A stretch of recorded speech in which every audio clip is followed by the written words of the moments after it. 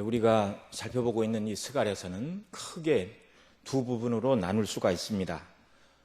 먼저는 스가랴 선지자가 다리오 왕 2년 11월 24일에 그 밤에 받은 7개의 이상, 환상 가운데 받은 이상의 말씀이 1장에서 6장까지 기록되고 있고요. 그래서 이 7개의 이상을 이미 살펴봤는데 이스라엘을 핍박하던 대적들을 하나님이 다 심판하시고 대신 그 백성은 모으시고 구원하시어 성전을 재건하고 하나님의 보호하심 속에 평강을 누리게 되는 이스라엘의 구원을 말씀해 주셨습니다. 그것은 그리스도 안에서 구원을 말하는 것이었죠. 7가지의 환상이다. 그리스도 안에 있는 구원과 그리스도 밖에 있는 자들의 심판에 관한 말씀들이었습니다. 그리고 스가랴 7장부터 후반부가 시작이 되는데 7장, 8장은 이제 후반부의 서론이고요. 오늘 우리가 읽은 9장 말씀부터 이제 7번의 심판에 관한 예언의 말씀이 주어지고 있습니다. 이렇게 전반부와 후반부로 나눌 수 있다고 말씀을 드리고 있는데요. 전반부에 있는 7개의 스가랴가 받은 환상의 말씀과 후반부에 기록되고 있는 7개의 예언의 말씀이 전반부, 후반부 이렇게 배치가 되어 있는데 이 말씀을 드리는 이유는 앞부분에 기록되고 있는 7개의 이상, 개수로 말하면 8개지만 5번째하고 6번째는 하나로 묶을 수가 있어서 이제 7개라고 말씀을 드리는데요. 이 7개의 이상과 뒷부분에 나오는 그 7부분으로 나눌 수 있는 이 심판과 구원에 관한 이 말씀이 밀접하게 관련이 있다는 것입니다. 그래서 지금 9장에 기록된 하드락 땅에 관한 경고라라는 이 말씀, 이방인들에 대한 이 심판의 말씀은 스가랴가 맨 처음 받았던 이상, 처음 받았던 이상 중에 여러분 기억이 나실 텐데요.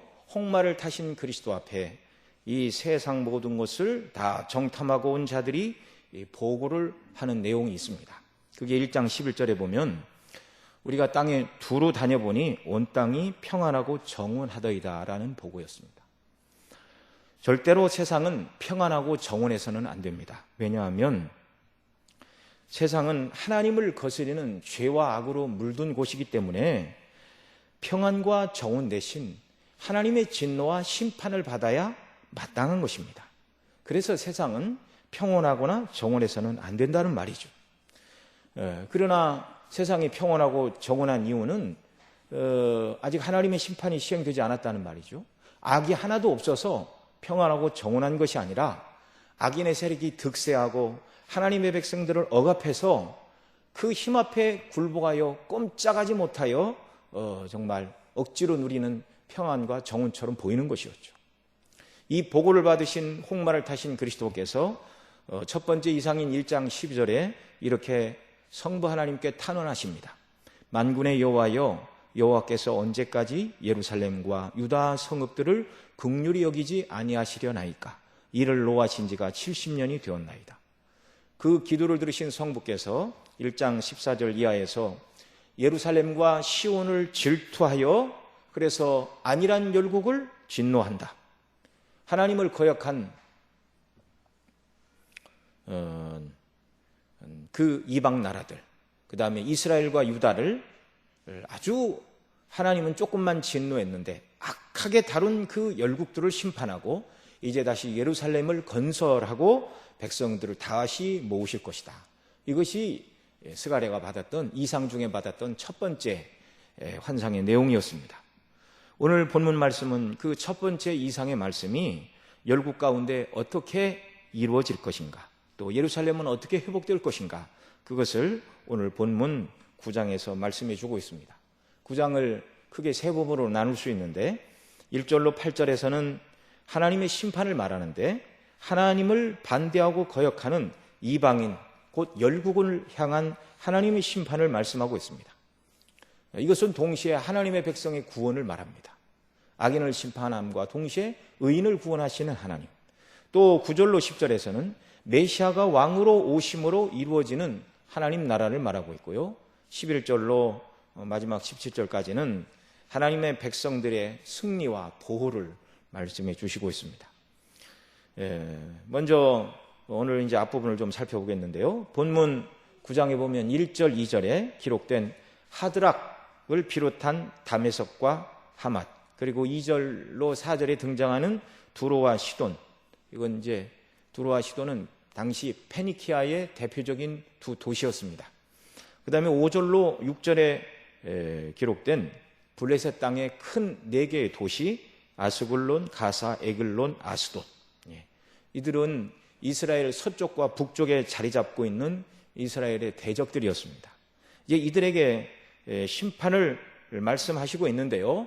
그런데 우리가 이 말씀을 잘 이해를 해야 됩니다. 첫 번째 환상 가운데 주셨던 말씀도 이스라엘의 대적들을 향하여 하는 말씀인데, 그 대적은 이스라엘을 망하게 했던 바벨론이나 또는 그들을 괴롭혔던 아수르나 또 특정한 애굽이나 또 오늘 본문이 말하는 두로나 또 무슨 그 다음에 이제 블레셋이나 어떤 특정한 한 나라나 한 시대에 내리는 하나님의 진노와 심판만을 말하는 것이 아니고, 여기에 여러 이스라엘의 대적들의 이름이 등장하고 도시들이 나열이 되지만 전체 악을 행하는 열국을 대표로 해서 이스라엘 주변에 있는 이스라엘을 괴롭혔던 자들을 지금 그들을 대표로 해서 말씀하고 있는 것입니다. 또한 이 예언이 주어진 이 도시들이 수백 년 내에 다 심판을 받은 것은 사실이지만, 역사 속에서 이런 심판은 단회적으로 한 번만 있다가 끝난 것도 아니죠. 죄를 범한 열국에 관한 심판은 계속적으로 있어 왔습니다. 한 나라에도 여러 번, 그 나라의 민족이 바뀌고 주인이 바뀌었다 할지라도 악을 행하는 그 지역, 그 나라의 심판은 계속적으로 반복적으로 하나님의 징계가, 진노가 시행이 되는 것이죠. 이것은 궁극적으로 그리스도의 날에 모든 악한 열방들이 심판에 처해질 것을 보여주는 말씀입니다. 그러니까 단순히 두로와 시돈이 악을 행해서 망했다라고만 이해할 것이 아니라 하나님을 대적하는 모든 이방의 세력들은 결국 어떻게 된다고요? 하나님의 심판을 받아 망하게 된다고요. 반대로 이스라엘의 구원은 역사 속에서 단 한 번만의 구원, 곧 바벨론 포로에서 돌아오는 것만을 말하는 것이 아니라 그리스도 안에 있는 궁극적인 구원을 예표해 주시고 있습니다. 여기 나오는 사건들은 역사 속에서 일어나는 어떤 한 시점에도 하나님의 말씀이 응하였지만, 그러나 이것은 여기 나오는 나라들은 모든 하나님을 거역하는 이방 열국을 대표하는 것이고, 어느 한 시점에 하나님의 진노가 시행이 됐지만 그것은 궁극적인 하나님의 진노를 보여주는 예표적인 사건이다, 이렇게 이해를 해야 한다는 말씀입니다. 계시록에 보면 바벨론의 멸망을 말하고 있는데, 바벨론은 이미 주전 538년 바사 왕 고레스에 하여 멸망한 나라입니다. 그런데 계시록에 보면 이 바벨론이 다시 등장을 하죠.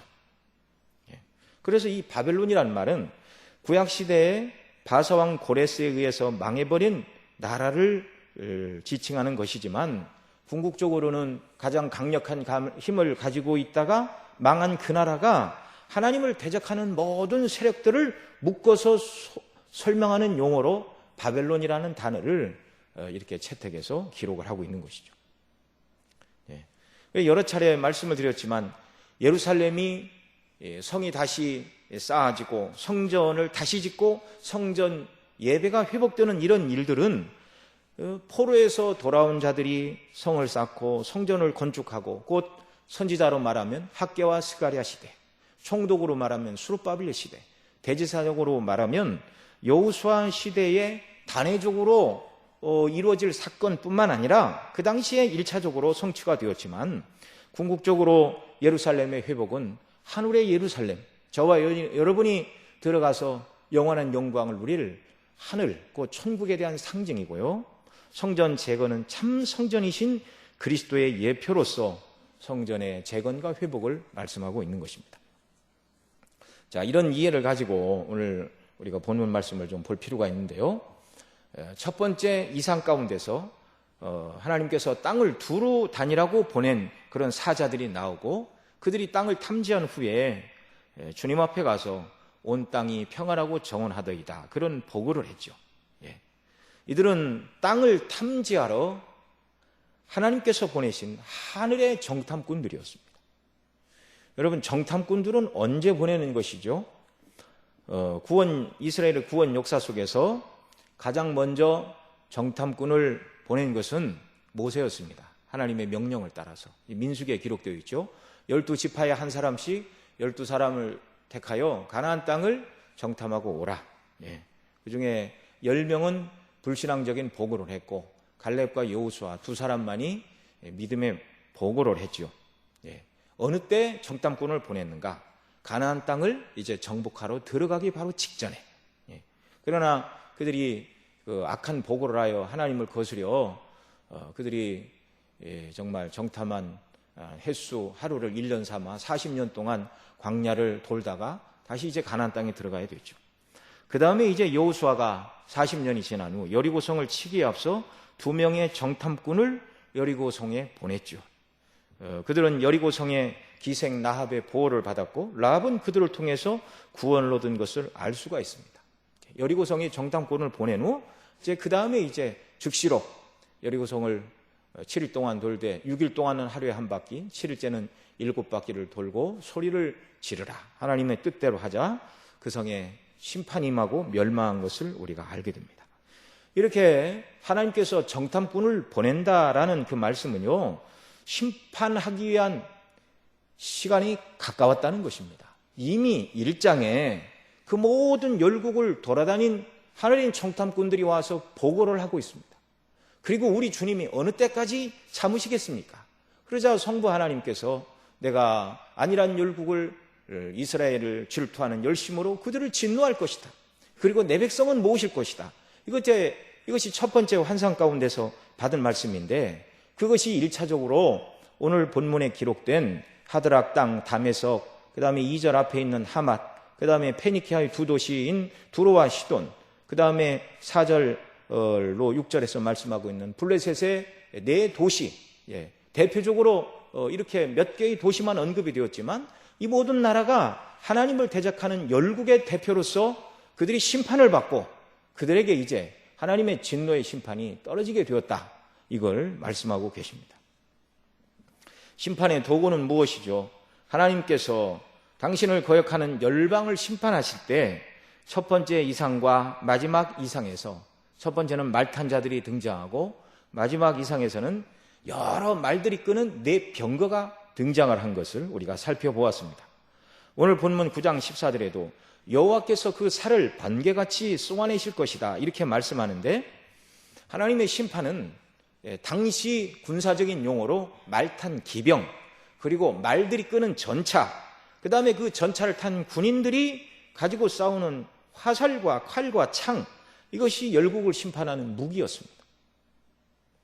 이것은 선지자가 활동하던 고대 시대에 가장 강력한 무기들이었죠. 오늘날 만일 어떤 선지자가 하나님의 말씀을 받아 기록을 한다면 말과 말탄자, 말이 끄는 전차 이렇게 표현하지 않았을 것입니다. 오늘 이 시대에 가장 강력한 무기가 무엇이죠? 핵 항공모함입니다.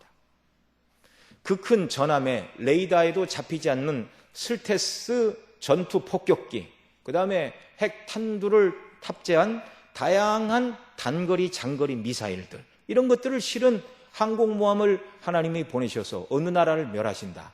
아마 오늘날 같으면 그렇게 상징적으로 말씀하셨겠죠. 그러니 실제 하나님의 심판은 말과 전차로만 이루어지는 것이 아닙니다. 하나님의 강력한 심판의 도구를 당시 사람들의 군사력을 통해 설명하고 있을 뿐이죠. 여러분, 하나님께서 한번 지각판을 흔드시면 핵무기보다 강력한 지진과 쓰나미와 화산이 폭발을 하여 사람들의 상상을 초월하는 일들이 벌어집니다. 또 작년에는 우리나라의 메르스 때문에 여러 사람들이 고통을 당했죠. 학교도 휴교를 했고, 또 여행업계는 완전히 문을 닫았고, 영화관에도 사람이 오지 않고, 스포츠 경기장에도 사람들이 오지 않고, 쇼핑 센터에 역시 사람들이 오지 않으니 경제가 마비될 지경이었습니다.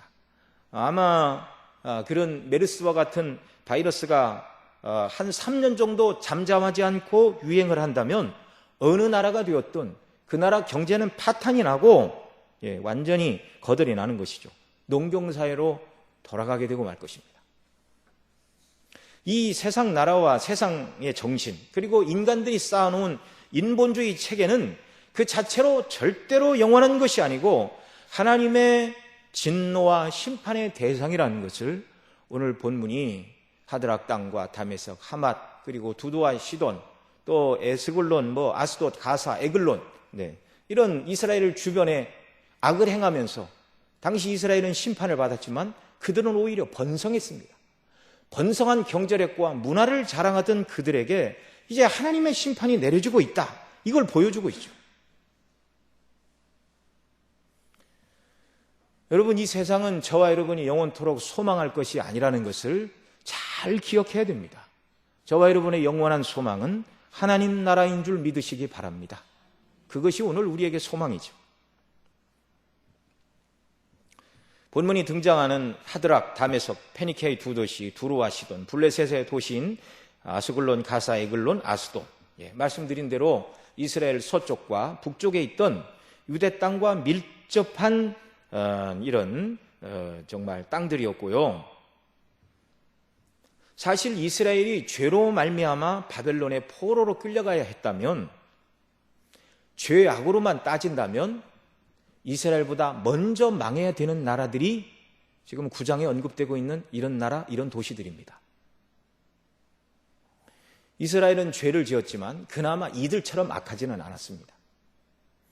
이들은 우상을 섬기는 자들로서 하나님을 거역했을 뿐만 아니라 또 하나님의 백성인 이스라엘을 향하여 악을 행한 자들입니다. 스가랴 2장 6절에 보면 이렇게 말합니다. 무릇 너희를 범한 자는 그의 눈동자를 범한 것이라. 이스라엘 백성들을 괴롭게 한 자는 그의 눈동자, 하나님의 눈동자를 건든 것과 같다. 그러니까 하나님께서 당신의 백성들을 당신의 눈동자처럼 귀하게 여긴다는 말이죠. 하나님의 눈동자를 촉범하는 자들을 하나님이 내버려 두실 리가 있습니까? 이스라엘을 힘으로 공격하고 괴롭게 하고 하나님을 거역하고 우상을 숭배하고 따른 이 하드락 땅과 다메섹, 그 접경된 하맛과 페니키아의 두 도시 두로와 시돈, 블레셋 땅에 이제 하나님의 심판이 임하게 된다는 말이죠. 그들이 이제 쫓겨나고, 우리가 읽은 대로 1절로 8절에 보면 쫓겨나고 불에 삼킨 바 되고 그들을 다스리던 임금이 그치고 거민이 없게 될 것인데, 그 이유는 무엇인가? 1절 하반절에 말하는 것처럼 세상 사람과 이스라엘 모든 지파의 눈이 여호와를 우러러 봄이라, 이렇게 말하고 있습니다.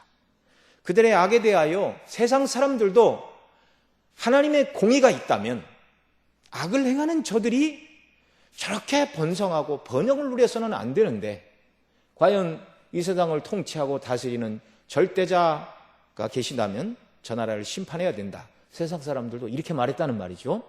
뿐만 아니라 이스라엘 지파의 모든 눈이 여호와를 우러러 보았다, 이렇게 말하고 있는데, 특별히 하나님의 백성들은 하나님을 거스릴 뿐만 아니라 힘으로 더 악을 행하여 이스라엘을 괴롭게 한 저들에게 언제 하나님의 심판이 내려집니까? 라고 모든 이스라엘 지파의 눈이 여호와를 우러러 봤다. 하나님 앞에 간구하며 탄원하며 하나님의 심판의 때를 기다리며 여호와를 쳐다보고 있다, 그 말입니다.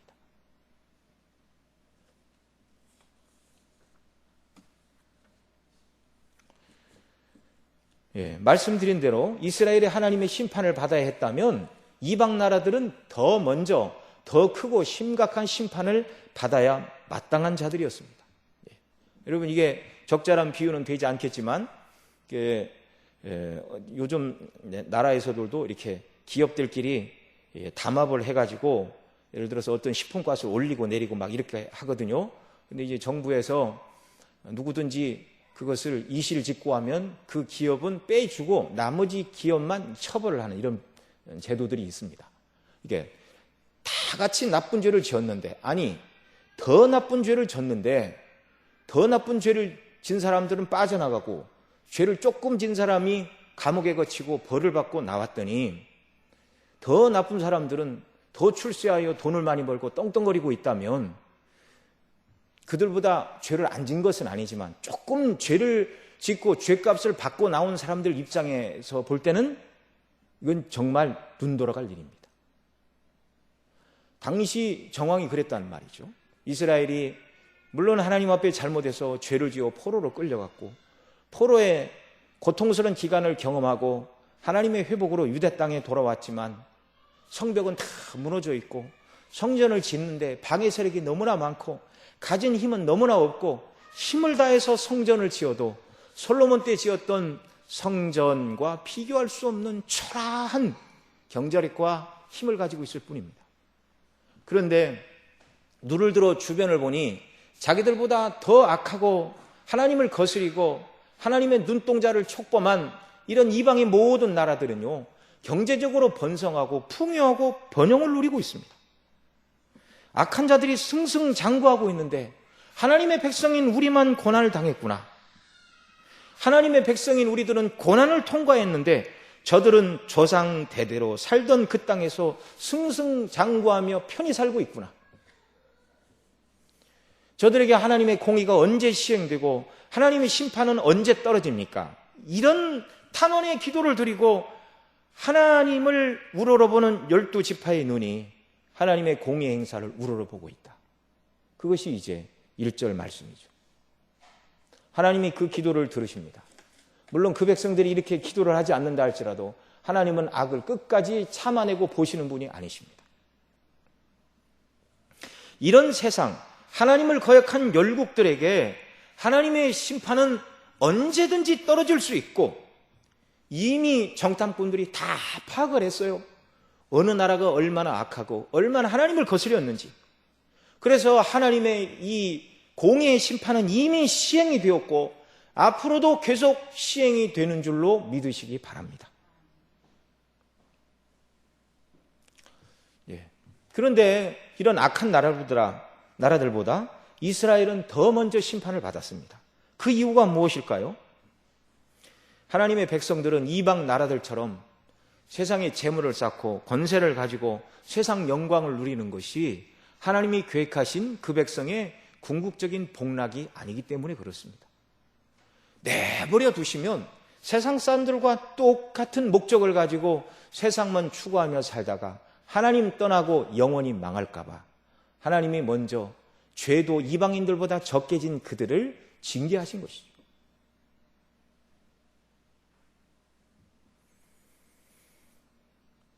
그렇게 하신 이유는 세상만 쳐다보고 사는 사람들로 하여금 세상에 소망을 두지 말고 살아계신 하나님께 소망을 두라는 것입니다. 여러분, 믿는 사람들의 고민이 그것이죠. 믿지 않는 자들보다 훨씬 더 선하게 삽니다. 그럼에도 불구하고 믿는 우리에게는 이 고난이 끊이지 않는 이유가 무엇입니까? 이렇게 하나님께 묻고 기도한다면 성경대로 하나님은 우리에게 성경을 통하여 말씀하시죠. 너희들이 궁극적으로 추구해야 될 복락은 세상이 아니기 때문이다. 세상에서 우리 눈을 들어 구원의 주님, 하늘의 영광을 보게 하시려는 하나님의 거룩한 뜻이 있음을 여러분 믿으시기 바랍니다. 세상은 우리에게 준 복락이 아닙니다. 그래서 하나님은 이스라엘에게 먼저 심판을 행하셨고 물질과 권세에 마음이 빼앗기지 말라고 하나님의 말씀대로 순종하는 자들이 되라고 사랑하셔서 먼저 징계의 매를 대신 것이죠. 이스라엘이 징계를 받는 동안 주변의 나라들은 경제적으로 더욱 강성한 시대를 맞이하게 되었습니다. 여러분, 다윗과 솔로몬 시대가 이스라엘의 최고 영화의 절정기였죠. 왜 그랬는가?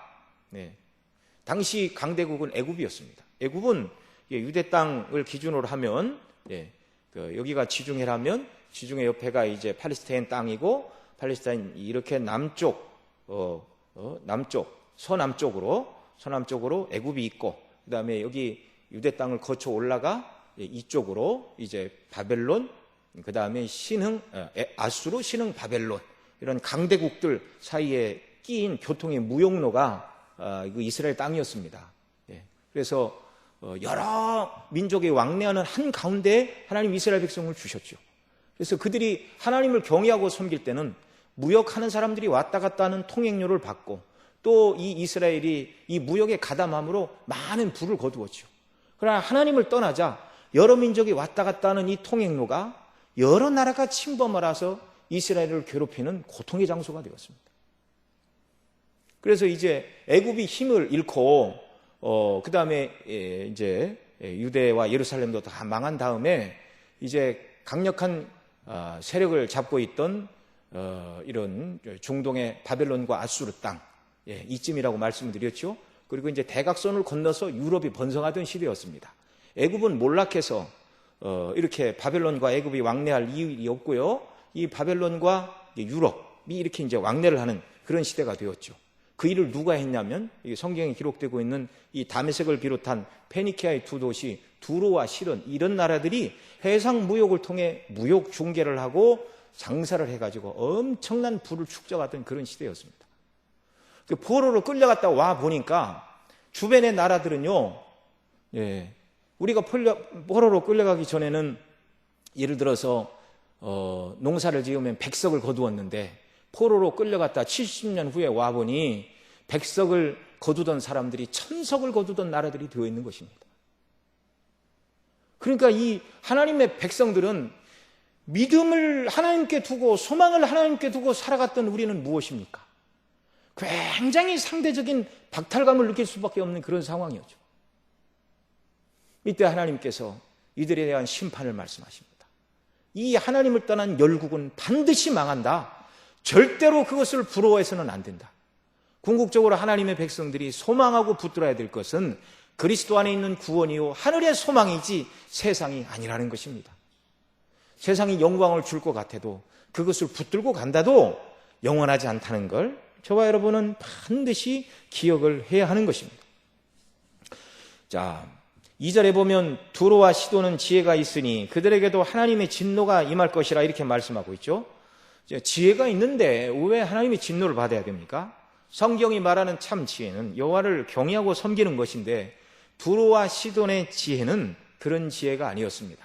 두로와 시돈이 가지고 있던 지혜가 무엇인가 3절 4절에서 설명을 하는데, 두로는 자기를 위하여 보장을 건축하며 은을 티끌같이 정금을 거리에 진흙같이 쌓았다. 돈을 모으는 지혜였습니다. 또 자기를 위하여 보장을 건축했다 말하는데, 이 해안 도시였던 두로가 그 옆에 있는 섬들을 엄청나게 요새화시켜 놨습니다. 4절에 보면 주께서 그들을 쫓아내시며 그의 바다 권세를 치시리니, 앞서 말씀드린 대로 이 페니키아 왕국의 두 도시였던 두로와 시도는 바다 권세를 잡고 해상 무역을 하던 자들이었습니다. 그들을 하나님이 치신다. 이 해상 무역을 통해 엄청난 부를 축적하여 은을 얼마나 많이 모았는지 티끌같이 모았다. 정금도 얼마나 많았는지 거리에 진흙같이 그들이 쌓았다. 돈을 버는 지혜요, 돈으로 즐거움을 삼고 자신들의 성을 튼튼히 쌓아서 감히 다른 나라의 침략을 허락하지 않을 정도의 강력한 부와 군사력을 갖추고 있었습니다. 역사 속에서 이 두로와 시돈이 가지고 있던 해상 무역권과 그들이 가지고 있던 배와 금은 보화를 차지하려고 여러 나라들이 침략을 했지만 당시 시대까지 번번이 실패만 하였습니다. 아수르 왕 살마네셀, 이 북이스라엘 왕국을 침략했던 왕이었는데요. 이 강력한 두로를 먹으려고 5년간 포위했지만 함락시키지 못하고 돌아갔습니다. 남쪽 유다를 멸망시킨 바벨론 왕 느부갓네살도 두로를 13년간 포위했으나 역시 함락시키지 못하고 돌아갔습니다. 그 후에 계속해서 이제 해상 무역을 통해 엄청난 부를 축적을 한 것이죠. 그런데 당시 사람들의 견해로 보면 다른 나라는 다 침략을 해도 저 두로는 절대 무너지지 않는다. 그런 나라였습니다. 그런데 그 두로와 시돈을 향하여 하나님이 심판을 말씀하시고 있는데요. 사람의 힘으로는 불가능해 보이지만 결국 망한다는 것입니다. 하나님께서 스가랴를 통해 이 말씀을 하신 이후 200년 후에 헬라의 알렉산더 대왕이 인도를 정복하러 가는 길에 이 두로와 시돈을 다 점령했는데 7개월밖에 걸리지 않았습니다. 어떻게 점령을 했냐면 두로의 그 강력한 섬들을 침범하기 위하여 육지로부터 방파제 뚝을 쌓아 나갔습니다. 그래서 육로를 내가지고 쳐들어가가지고요. 남겨진 기록에 의하면 6, 7천이 학살을 당했고 2천 명이 십자가형의 처형을 당했고 3만 명 이상이 노예로 끌려갔다. 이렇게 전해지고 있습니다. 완전히 멸망을 당한 것이죠. 만왕의 왕이신 하나님께서 모든 것을 동원하시어 악을 심판하시고 당신의 백성을 구원하신다는 사실을 기억하시기 바랍니다. 불가능해 보이고 무너지지 않을 것처럼 보이는 세상 나라라 할지라도 그런 나라는 없는 것입니다. 악을 행하는 사람이 잘되고 승승장구한다 할지라도 불평하거나 부러워할 필요가 없습니다. 그들에게 하나님의 심판은 이미 시작이 되었고 회개하지 않는 자들이 맞이하게 될 결과는 파멸뿐입니다. 그래서 하나님 없이 잘되는 세상은 부러워할 대상이 아니고요. 그러나 우리는 조금만 잘못해도 하나님의 징계가 금방 임하는데 또 이것을 인해서 불평하지도 마시기 바랍니다. 그것은 앞서 말씀드린 것처럼 세상 중심으로 살지 말고 주님 중심으로 하나님 말씀대로 순종하며 주님의 구원을 기뻐하며 천국을 바라보고 살라는 하나님의 사랑의 손길임을 기억하시기 바랍니다. 이렇게 하나님은 악에 대한 진노를 시행하시면서도 긍휼을 베푸시는데요. 6절, 7절에 보면 아스돗에는 잡족이 거하리라. 그러니까 다 블레셋이 끌려가고 다른 나라가 와서 거하리라 그렇게 말하죠. 내가 블레셋 사람의 교만을 끊고 그 입에서 그 피를 그 이 사이에서 가증한 것을 제하리니 그도 남아서 우리 하나님께로 돌아와 유다의 한 두목같이 되겠고 이 악한 블레셋 가운데서도 하나님께로 돌아와 유다의 한 두목처럼 되는 은혜를 주신다는 것입니다. 또 에글론은 여부수 사람같이 되리라 이렇게 말씀하시죠. 에글론이 심판을 받지만 여부수와 같은 복을 받겠다. 여러분 여부수는 다윗 시대에 다윗을 거역했던 사람들이었는데 다윗이 그들을 정복하고 이스라엘과 합병되어 하나님의 백성이 된 복을 누린 자들이었습니다. 그러니까 이 말은 하나님이 악인들을 심판하실 때 그 중에서도 은혜 줄 자들에게는 은혜를 주시는 구원의 하나님이시라는 것을 보여주고 있습니다. 진노 중에라도 그 중에 택한 백성들에게 은혜를 주시는 하나님. 왜 그 블레셋 거민 중에 에글론 사람 중에 왜 하나님이 이런 은혜를 주시는가? 여러분 불평할 이유가 하나도 없습니다. 사실 저와 여러분이 그런 사람들이었습니다. 저와 여러분도 과거에는 다 사단의 자녀들이었죠. 어둠의 권세에 속박당한 자들이었죠. 사단이 끄면 끄는 대로 죄만 지는 자들이었습니다. 그런데 마가복음 3장 27절에 이렇게 말합니다. 사람이 먼저 강한 자를 결박지 않고는 그 강한 자의 집에 들어가 세간을 늑탈하지 못하라니 결박한 후에야 그 집을 늑탈하리라. 강한 자이신 예수님, 만왕의 왕이신 주님이 왕으로 오셔서 십자가로 죄와 죽음과 사단의 권세를 끝장내시고 사단의 권세 아래 매여있던 종되었던 저와 여러분을 사단의 세간인 저와 여러분을 끄집어내어 하나님의 백성과 자녀 삼아 주셨다는 사실입니다.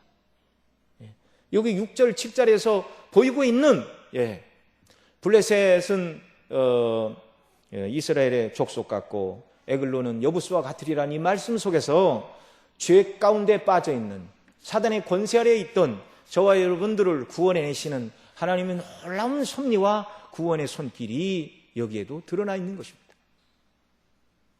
정말 놀라운 일이죠.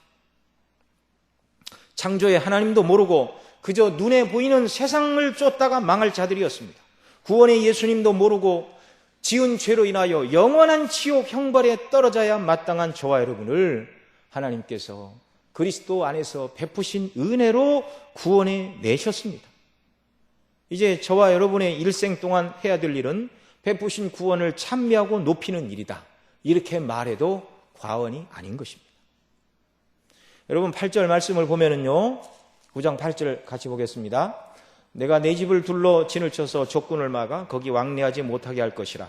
포악한 자가 다시는 그 지경으로 지나지 못하리니 이는 내가 눈으로 친히 봄이니라. 하나님이 지켜보시니 예루살렘이 다시는 짓밟힘을 당하지 않을 것이다. 이렇게 말씀하고 있습니다. 이 말씀이 이제 1차적으로 이제 역사 속에 응한 때가 있었죠. 말씀드린 대로 알렉산더가 두로를 정복하고 인도로 갈 때 예루살렘은 공격하지 않고 그냥 지나갔습니다. 그러나 그것은 1차적인 이 말씀의 응답일 뿐이지 이 말씀이 그것만 말하고 있는 것이 아니죠. 이 말씀이 8절이 말하고 있는 당신의 백성, 하나님의 집, 예루살렘을 보호하시는 하나님의 눈으로 지키신다는 이 말씀은 궁극적으로 그리스도 안에 있는 교회를 보호하신다는 하나님의 약속의 말씀입니다. 여러분, 그리스도를 거절한 예루살렘이 추후 70년 로마의 티토 장군에 의해서 외형적인 이스라엘 나라, 형통적인 유대인들은 다 그때 죽고 포로로 끌려가고 남은 것이 없이 초토화되고 말았습니다. 그러니 이 8절의 말씀을 형식적으로, 육체적으로 유대인들에게 적용시킬 수 없다는 말씀이죠. 교회를 지키시고 보호하시는 하나님의 행사입니다. 하나님의 교회가 핍박을 받는 것 같지만 교회를 핍박하는 자들을 하나님이 반드시 멸하시고 당신의 백성들은 영원토록 보호하고 지키시는 하나님이십니다. 이제 9절 10절에서는 하나님께서 당신의 백성들에게 어떻게 구원을 베풀어 주시는지 이걸 말씀하고 있는데요. 여러분, 9절 말씀 함께 같이 읽습니다. 시온에 따라 크게 기뻐할지어다. 예루살렘의 딸들아 즐거이 부를지어다. 보라, 내 왕이 내게 임하나니 그는 공의로우며 구원을 베풀며 겸손하여서 나귀를 탔나니 나귀의 작은 것 곧 나귀 새끼니라. 아멘. 여기 시온과 예루살렘의 딸들이 기뻐할 이유를 무엇이라고 그러죠? 시온과 예루살렘의 딸들의 왕이 오셔서 구원하시는데 그 왕은 어떤 왕인가? 공의로 구원을 베푸는 왕이다. 그런데 그 왕은 겸손하여서 나귀 곧 새끼를 타시는 분이라고 말씀하고 있습니다. 여러분, 이분이 누구시죠? 예수님입니다. 예레미야 23장 5절 이하에 보면 나 여호와가 말하노라. 보라, 때가 이르니니 내가 다윗의 한 의로운 가지를 일으킬 것이라. 그가 왕이 되어 지혜롭게 행사하며 세상에 공평과 정의를 행할 것이며 그날에 유다는 구원을 얻겠고 이스라엘은 평안할 것이며 그 이름은 여호와 우리의 의라 일컬음을 받으리라. 다윗의 한 가지로 오시는 그리스도 예수님께서 의의 왕임을 말씀하고 있습니다. 평강의 왕임을 말씀하고 있습니다. 이사야 32장 1절에도 보라, 장차한 왕이 의로 통치할 것이요 백성들이 공평으로 정사할 것이며, 성경 여러 곳에서 메시아 곧 우리 주 예수님은 공평과 평강의 왕이라고 말씀합니다. 주님은 당신의 의로 우리를 구원하십니다. 의는 하나님 앞에 생존권인데 아담의 후손인 저와 여러분에게는 하나님 앞에서 우리 자신을 내세울 만한 의의가 얼마큼 없습니까? 하나도 없습니다. 전혀 없습니다. 오늘 하루를 살아감에 있어서도 성경이 말하는 것처럼 마음과 뜻과 정성과 힘을 다해 하나님을 사랑하고 이웃을 내 몸처럼 사랑함으로 하루를 살았어야 되는데, 그런데 오늘 하루의 삶을 돌이켜볼 때도 하나님의 영광보다는 나의 평안과 안위를 먼저 생각했고 나의 영광을 먼저 생각했고 마음으로 이웃을 내 몸처럼 사랑하기보다는 마음속에 형제와 이웃을 미워한 오늘 하루, 아니 어제 저녁에 주무시기 시작해서 예배 드리러 오기 전까지 그냥 꿈도 안 꾸고 주무신 분이라면 예외겠지만, 만약에 의식을 가지고 하루를 살아가는 사람이라면 오늘 하루의 삶 가운데 하나님이 보실 때 죄가 될 만한 요소가 저와 여러분의 삶 속에 하나라도 있었을까요? 없었을까요? 없을 수가 없죠. 아니, 한 시간만 하나님이 지켜보시고 일생은 내비두고 너의 어느 날 하루 한 시간만, 깨어있는 하루 한 시간만 너를 보고 너를 심판하여 의로우면 구원하시겠다 이렇게 말씀을 하셔도 구원받을 수 없는 죄인들이 저와 여러분입니다. 그러나 주님이 이루신 이 의, 곧 저와 여러분을 위하여 완전하게 이루신 율법의 의와 저와 여러분의 죄를 대속하기 위하여 십자가에서 죄값을 치르신 속죄의 피로 말미암아 완성하신 완전한 그리스도의 이 의로 통치하시고 의로 구원하시는 우리의 구원의 주님이십니다. 이 주님은 겸손하여 나귀를 탄다 말씀하셨는데요, 복음서에 보면 종려주일에 예수님이 예루살렘에 입성하실 때 바로 어느 집에 가서 매여 있는 나귀를 끌고 오라. 그 주인이 누가 묻거든 주가 쓰시겠다 하라.